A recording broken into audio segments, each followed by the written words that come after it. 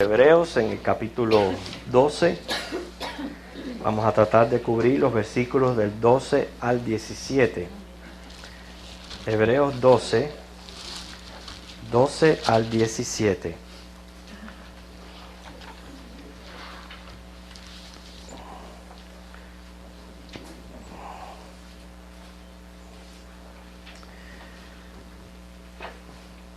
Estamos enfrentando situaciones a nuestro alrededor que atentan contra quizás el entusiasmo y la fuerza que necesitamos para mantenernos en la vida cristiana. La mayoría estamos pasando por tribulaciones, por pruebas, por situaciones difíciles que puede desanimarnos en nuestra fe. Y es por eso que el autor comienza diciendo aquí, por lo cual levantad las manos caídas y las rodillas paralizadas. Él estuvo mencionando el ejemplo de un atleta, ¿recuerdan? Y en este versículo está la posición del atleta. Usted sabe que cuando ellos van a comenzar la carrera, ellos se inclan, ¿no? Y ponen las manos así. Yo no lo puedo hacer porque si no, no me puedo levantar. Pero el caso es que la posición esa es para coger el impulso, el impulso que necesita. Y entonces la idea del versículo 12 es eso, animarnos a nosotros cuando estemos pasando por situaciones de desaliento y ayudándonos a esforzarnos. Porque en nuestro peregrinaje cristiano todos vamos a pasar por altas y bajas, todos, en lo que es en lo físico, pero también en el estado anímico. Así que todos necesitamos de la palabra del Señor que nos fortalezca y nos dé nuevo ánimo. Por eso dice, y haced sendas derechas para vuestros pies, para que lo cojo no se salga del camino, sino que sea sanado. Como dice Proverbios 4:26, examina la senda de tus pies y todos tus caminos sean rectos. Lo que se está refiriendo cuando el espíritu se opaca y el cristiano carece de entusiasmo. Antes de analizar más el versículo, que créalo o no, aquí hay un asunto doctrinal que aclarar en ese versículo 13, vamos a ver varias razones, lo cual a veces son las causas que nosotros nos desanimemos y nos sintamos así cansados. Primeramente, las luchas espirituales que estamos sosteniendo contra el mismo enemigo. Este domingo, durante el mensaje de la mañana, vamos a comenzar una serie de mensajes acerca de la armadura del cristiano. ¿Okay? Pero, créanlo o no, hermanos, el enemigo ataca nuestra mente poniéndonos pensamientos, llevándonos inclusive a ser pesimistas, y tenemos que darnos cuenta de eso, y esa es muchas de las razones por las cuales nos vienen desánimo, es por las luchas espirituales que estamos sosteniendo. Otra razón es cuando la persona quita su mirada de Cristo y comienza a ponerla en las cosas terrenales.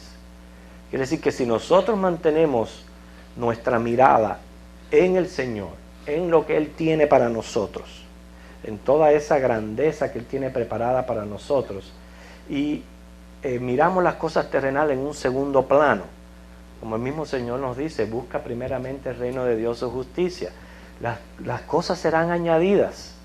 Pero al poner la mirada en las cosas terrenales es otra razón que causa desánimo, porque miren lo que estamos cultivando de la tierra, problemas. En tercer lugar, cuando se pierde la perspectiva en el objetivo de la vida, o sea, uno se desvía del propósito inicial, uno tiene que volver a sentarse y analizar y decir, ok, ¿por qué yo vivo? ¿Para qué yo vivo? ¿Cuál es el objetivo de mi vida? Para volver a coger el ánimo. Y quizás también ha dejado de trazarse metas de crecimiento, y como deja de ponerse metas de crecimiento, entonces sufre un estancamiento y no avanza. Dice que se cuenta de un hombre que fue a comprar un Cadillac, el último modelo, el del año, 0 millas. Y el hombre salió contentísimo con su Cadillac para la casa. Pero el otro día lo regresa al dealer. Lo regresa. Dice, pero ¿y por qué está regresando el carro? Si ese es un carro que tiene garantía por 10 años, usted no ve que es nuevo de paquete, que tiene 0 millas. Dice, mire, no me hable del carro. Porque cuando lo puse en D para que manejara durante el día, todo estuvo muy bien. Pero cuando llegó la noche y lo puse en N, lo tuve que empujar hasta la casa.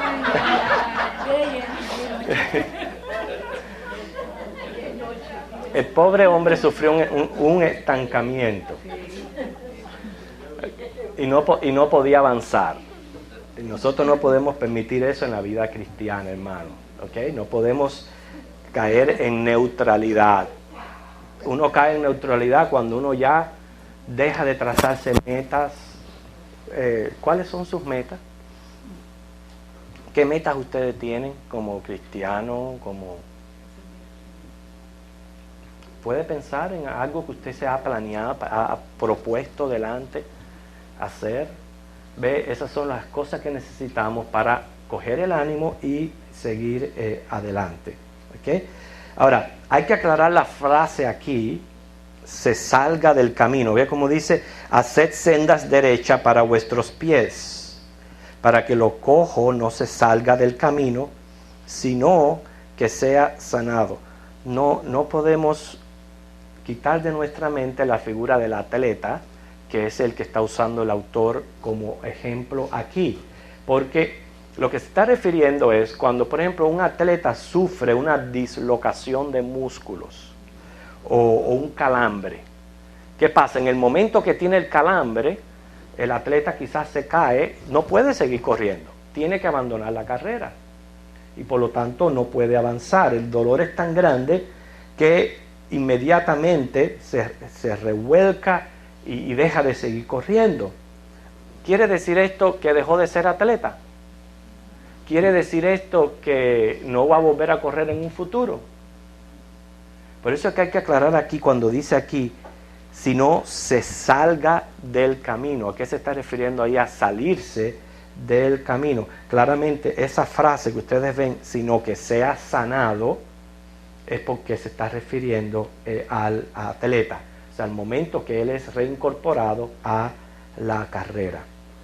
¿Okay? Pero eso es bien importante, que nosotros no pensemos en una desviación, sino una dislocación, porque los que se desvían del camino son los apóstatas.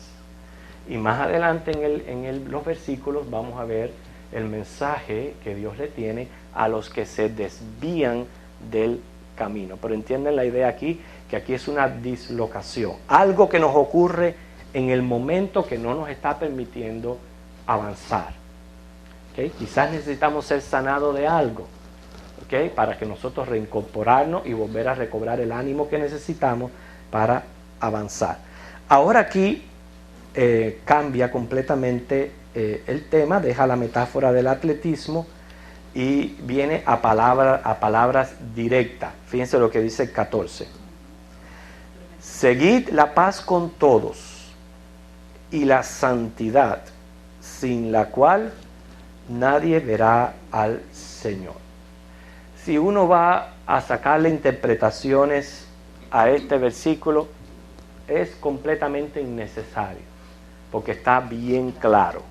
Bien clarito lo que el Señor dice ahí para nosotros. Seguid la paz con todo, como dice,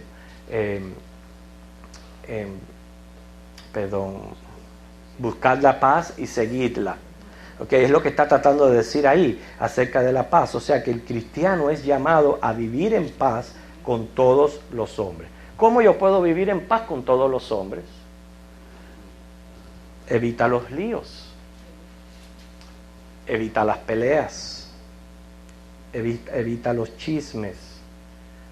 Encuentro que muchas veces los problemas más grandes que yo me he metido es por hablar demasiado, por hablar más de lo que debo. Evita los chismes, evita las confrontaciones, evita el dime que te diré. Todas esas cosas hay que evitar. Mira las instrucciones del Señor al respecto. Mateo 5:9. Mateo 5:9.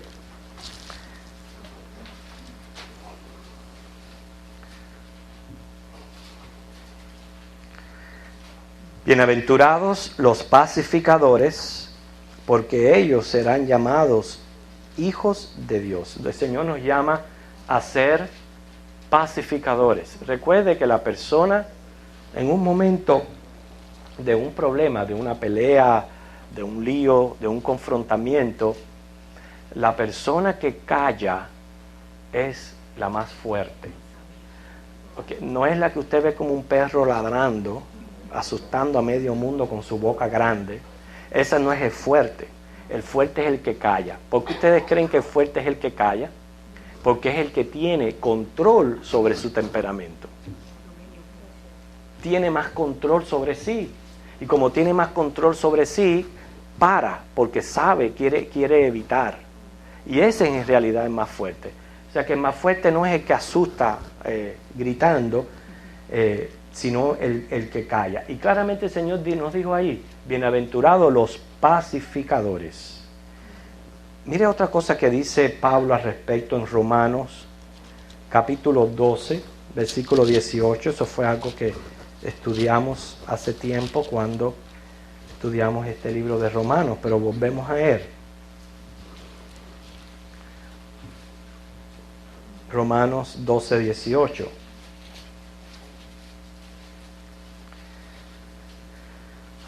Fíjense, si es posible, en cuanto dependa de vosotros, estad en paz con todos los hombres. Miren lo que el Señor te está diciendo ahí. ¿Qué te está diciendo a ti? No seas tú el buscalío. No seas tú el que provoca los problemas. ¿Ok? Puede ser de que no vamos a evitar a veces caer víctimas de una situación así. Por eso dice, en cuanto sea posible, en cuanto a vosotros. Es decir, que tú tienes que ver por ti y tienes que responder a Dios por ti. ¿Y qué es lo que el Señor te dice a ti como cristiano? En cuanto a lo que te sea posible, estate en paz con todos los hombres. ¿Por qué es en cuanto sea posible? Bueno, porque uno no puede responder por la otra persona. Y a veces hay personas que no quieren estar en paz contigo. Pero ese es el problema de esa persona y Dios. Tú tienes que responder por ti mismo. Hay quien rechaza una coexistencia pacífica y ahí sí no podemos hacer nada. Pero qué triste es el que seas tú el causante de los problemas. Cuando el Señor te llama precisamente a seguir la paz, dice con todos. ¿Ok? Dios me está hablando a mí y no le está hablando a aquel, sino a mí actuar en medio de esa situación. No solo debo mantener una conducta pacífica, sino tratar de no ser yo el promotor de los conflictos. ¿Cómo yo puedo evitar eso? Habla menos, habla lo necesario. ¿Okay? Trata de no hablar de las otras personas. Trata de no decir chismes. Usted entiende lo que es decir un chisme, ¿verdad? Un chisme es hablar de una persona cuando esa persona no está presente. Eso es un chisme. ¿Ok? Entonces, evítalo. Hay muchas cosas que nosotros, por el precio de la paz, tenemos que evitar. ¿Sabes por qué? Porque el Señor nos manda a estar en paz. Entonces, si yo me meto en un lío, ¿qué pasa? Como cristiano, después lo tengo que resolver. Y para resolverlo, se requiere humillación. Te tienes que humillar. Aunque tengas razón o no tengas razón, tienes que pasar por el proceso de humillación y el proceso de pedir perdón y de perdonar y todo ese proceso que no nos gusta a ninguno. ¿Okay? Porque el Señor nos manda eso. Pues entonces evítalo desde un principio. Hay cosas que no vas a poder evitar, ok, está bien, pero que no sea por ti. Que aunque tú tengas un lío con una persona, va y le pides perdón, esa persona no te quiere perdonar, ok, allá esa persona con Dios. Pues por lo menos tú estás tranquilo con el Señor y tienes una conciencia tranquila y has tratado de seguir la paz con todos y evitando meterte en la vida de los demás. Oye, porque si con los problemas que uno tiene es suficiente, ahora dime tú, ¿por qué tú quieres echarte los problemas de los demás? Como si Dios te hubiera puesto de alcalde del mundo, el regidor. No tienes por qué estarle rigiendo la vida a las demás personas, si con tus problemas es suficiente. Y vas a evitar muchos líos. Ahora, pero no solamente habla de la paz, hay que seguir también la santidad. Y dice, sin la cual nadie verá al Señor. En muchas ocasiones yo he expuesto lo que es el significado de ser santo. Y para mí es algo grandioso. Cuando yo pienso de que yo he sido puesto aparte para uso exclusivo de Dios. Eso es lo que significa santo. Que yo he sido puesto aparte por el mismo Dios para ser usado exclusivamente por Él y para Él. Eso es algo grandioso. ¿Okay? Dice el versículo, sin esta santidad nadie verá al Señor. Por nadie verá al Señor se puede decir no es salvo y se puede decir también que no va a gozar de la vida eterna. Todo eso es sinónimo de nadie verá al Señor. ¿Por qué dice esto? La santidad pertenece a la esencia de la vida cristiana. La vida cristiana en esencia es santidad. Eso es algo, un resultado propio de la regeneración que experimenta la persona. Es un resultado propio. Por eso es que claramente dice, sin esa santidad la persona no va a ver al Señor. Pero ¿qué pasa con nosotros? Que nosotros todavía estamos compartiendo una naturaleza pecaminosa. Y como estamos compartiendo una naturaleza pecaminosa, las Escrituras están llenas de advertencias, de exhortaciones al cristiano a que se caracterice por una vida de santidad. En varias partes de la Biblia está a decir, apártense del mal. ¿Okay? Como dice Timoteo, teniendo este sello, somos de Cristo, pero apártese del mal todo aquel que invoca el nombre del Señor. Quiere decir que santidad es una palabra que muchos no quieren escuchar, pero es la voluntad de Dios para nuestras vidas.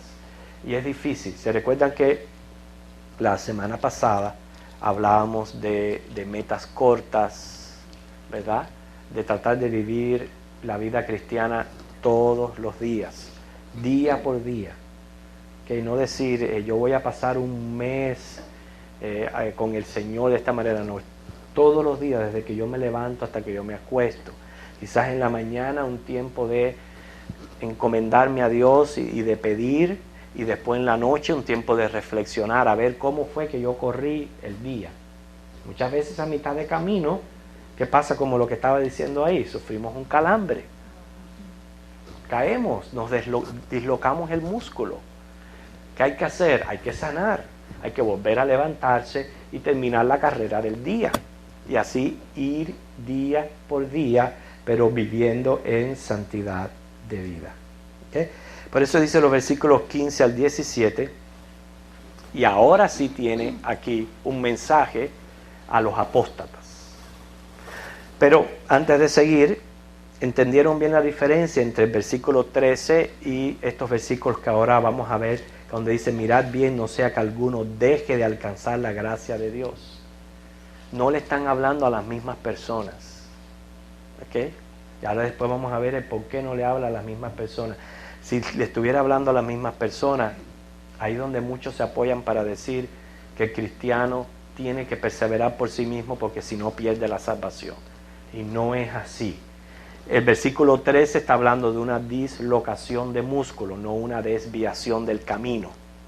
¿Okay? Y es algo común que nos va a pasar a todos nosotros todos los días. Pero ahora aquí sí les va a hablar a los que se desvían del camino. Dice, mirad bien, no sea que alguno deje de alcanzar la gracia de Dios, que brotando alguna raíz de amargura os estorbe y por ella muchos sean contaminados. Entonces tú veas que valga la aclaración de estos versículos, que usted lo lee y usted va a decir, oye, pero si esta misma mañana yo tenía tremendo enojo. Entonces, ¿qué pasa conmigo? ¿Ya no voy a alcanzar la gracia? Ve cómo hay que explicar las escrituras para ver a qué es lo que se está refiriendo. Dice, no sea que haya algún fornicario o profano como Esaú, que por una sola comida vendió su primogenitura. Porque ya sabéis que aún después, deseando heredar la bendición, fue desechado y no hubo oportunidad para el arrepentimiento, aunque la procuró con lágrimas. Aquí hay un mensaje para los apóstatas. ¿Okay? La diferencia entre un incrédulo y un apóstata, ¿okay? La diferencia no está en los destinos es el mismo, es el infierno. La diferencia está en que el apóstata fue expuesto a las revelaciones. Es más, no sé si ustedes recuerdan estudios anteriores donde hablábamos precisamente de los apóstatas, que muchos habían gustado de los dones espirituales. ¿En qué sentido dijimos? Se bautizaron. ¿Me entiende? Participaron. Pero es que nunca fueron de Cristo. Aunque fueron bautizados y estaban participando en las iglesias, muchos hasta puestos estaban ocupando, nunca fueron de Jesucristo. ¿Okay? Por eso es que este mensaje es para ellos. Por eso dice, alguno deje de alcanzar. Hay que aclararlo porque se trata de la gracia de Dios. ¿Okay? No quiere decir que nosotros podamos perder la gracia. Si usted piensa que usted puede perder la gracia, ya es en contra de lo que implica la misma palabra. ¿Entiende lo que yo le estoy diciendo? Claro. Si usted cree que pierde la gracia, es en contra de lo que la palabra implica. Porque la palabra gracia implica un favor no merecido. Algo que se nos es regalado a nosotros. Sin nosotros poder hacer ningún esfuerzo ni para recibirla, ni para retenerla. Que por eso es que la gracia no se pierde. ¿Okay? Ahora, nosotros creemos, y de esto se va a tratar mucho, el video que vamos a estar poniendo el domingo en la noche, a las 6 de la tarde, se va a tratar de la gracia irresistible. ¿Okay? No hay tal cosa como que una persona resista la gracia de Dios. La persona no puede resistir la gracia de Dios. Porque la gracia de Dios, Él la da a quien Él quiera dársela. ¿Okay? Y no hay tal cosa como que uno pueda resistir la gracia. Como en otras palabras, Dios de todas maneras me quiere salvar y yo de todas maneras me quiero condenar. No hay tal cosa, hermano. Eso no existe. Dios le da gracia a quien Él quiera dársela. ¿Okay? Y por eso es que la gracia es dada tanto para la fe como para la perseverancia luego en el camino del cristiano. Y esto lo tenemos que tener bien claro. La advertencia de Hebreo más bien es por nuestra infinitud e incapacidad de reconocer al genuino creyente. Así que Él nos sigue hablando a nosotros, los cristianos, a través de la epístola, diciéndole, ustedes saben que ustedes son muy finitos como para poder detectar a los apóstatas entre ustedes. Eso es algo que ustedes no pueden hacer. Están en completa incapacidad. Y lo que el Señor nos está diciendo es, como Él dijo en la parábola, el trigo va a crecer con la cizaña. Y manda, claro, no la arranquen. Él envía a los ángeles. Y al final de los tiempos, los ángeles van a arrancar la cizaña que creció junto al trigo dentro de la iglesia. Pero eso es imposible que nosotros podamos detectarlo. No podemos detectarlo, porque nosotros no sabemos qué es lo que Dios está haciendo en la vida de una persona. Solamente podemos responder por nosotros mismos. ¿Okay? Quiere decir que entre los genuinos creyentes, y Dios quiera que aquí no sea en este grupo, hay personas que no van a alcanzar la gracia de Dios. Es en ese sentido que lo están diciendo. ¿Okay? Cuando Jesús mismo dice, yo no los conozco. O sea, no implica de que se le escapó a la omnisciencia de Dios el conocer a las personas. No, eso no es lo que está diciendo cuando Jesús dice, apártense de mí, no los conozco. Lo que está diciéndole es, yo no tuve una relación de comunión con ustedes. ¿Por qué? Porque ustedes no me conocen a mí. ¿Okay? Es en ese aspecto que Él lo está diciendo. Dios conoce sus ovejas y las ovejas por su gracia perseveran. Ahora, por nuestra causa, por nuestra incapacidad y la finitud que hay en nosotros, cuando hay decadencia espiritual en una persona, es peligroso. Y es preocupante, especialmente para los líderes.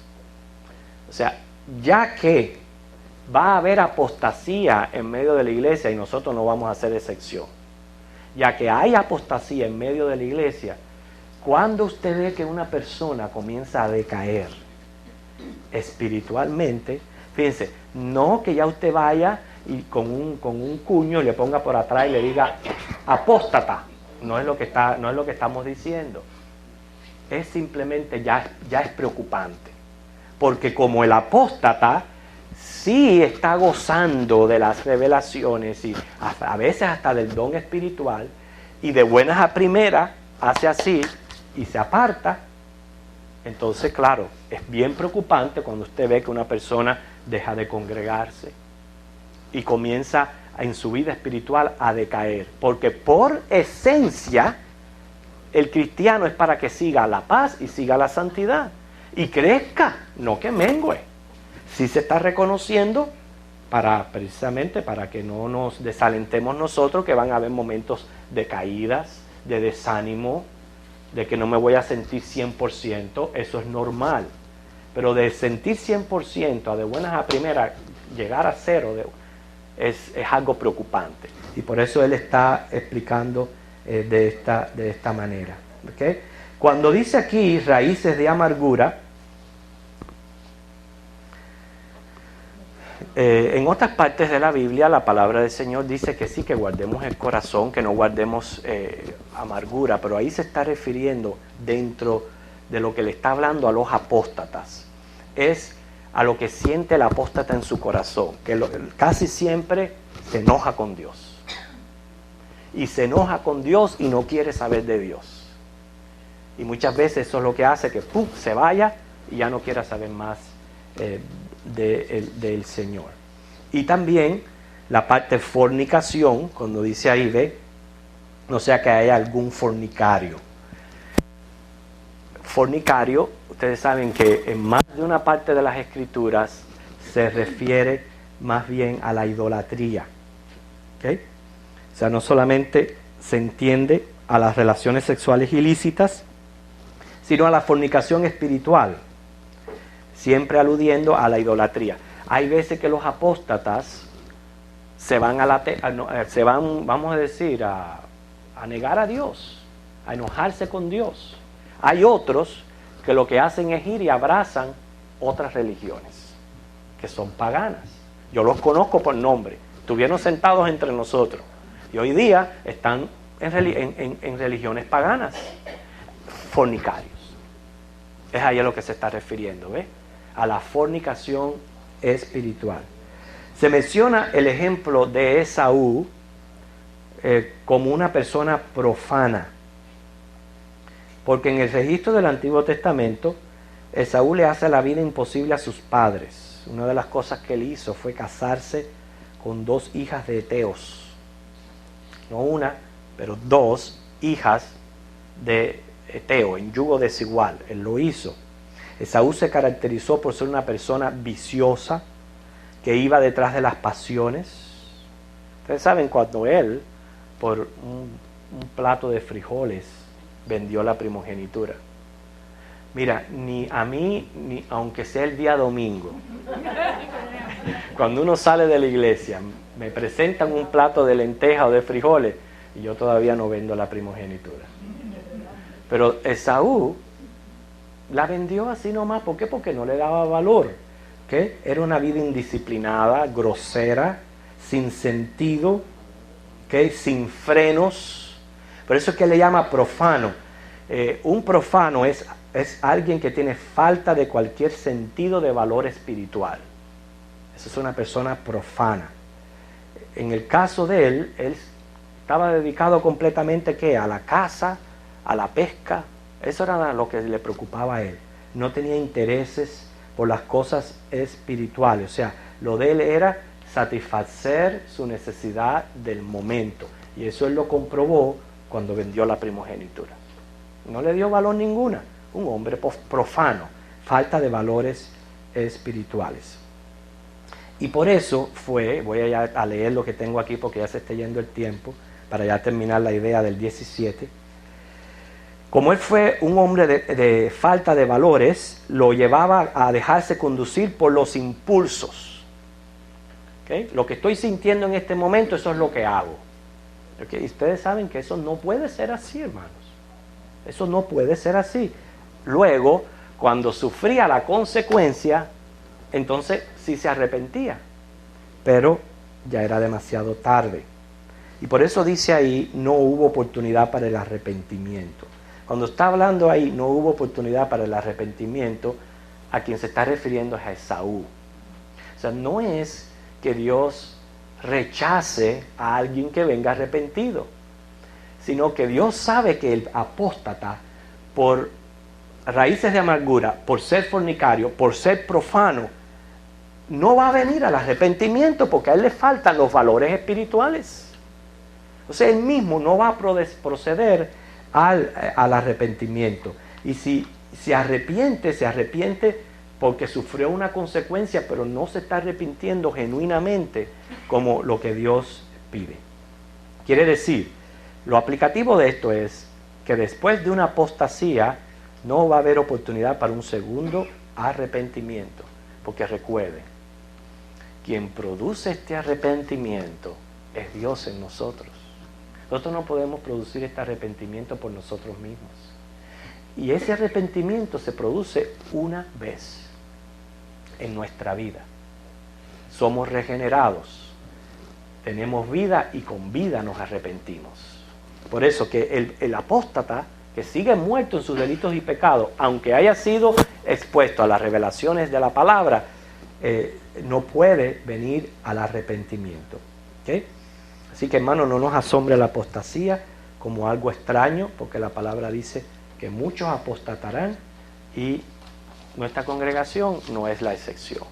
Que yo sé que es duro, es muy triste, especialmente para los líderes espirituales, cuando vemos a una persona que comienza a decaer espiritualmente, o se va tras las falsas creencias y otras cosas. Es muy duro, porque le conocimos, le tuvimos dentro de nosotros, muchos le cogemos cariño y amor. Es muy difícil, pero no nos debe de asombrar, como si una cosa extraña estuviera ocurriendo, porque la palabra nos advierte acerca de eso. Señor les bendiga.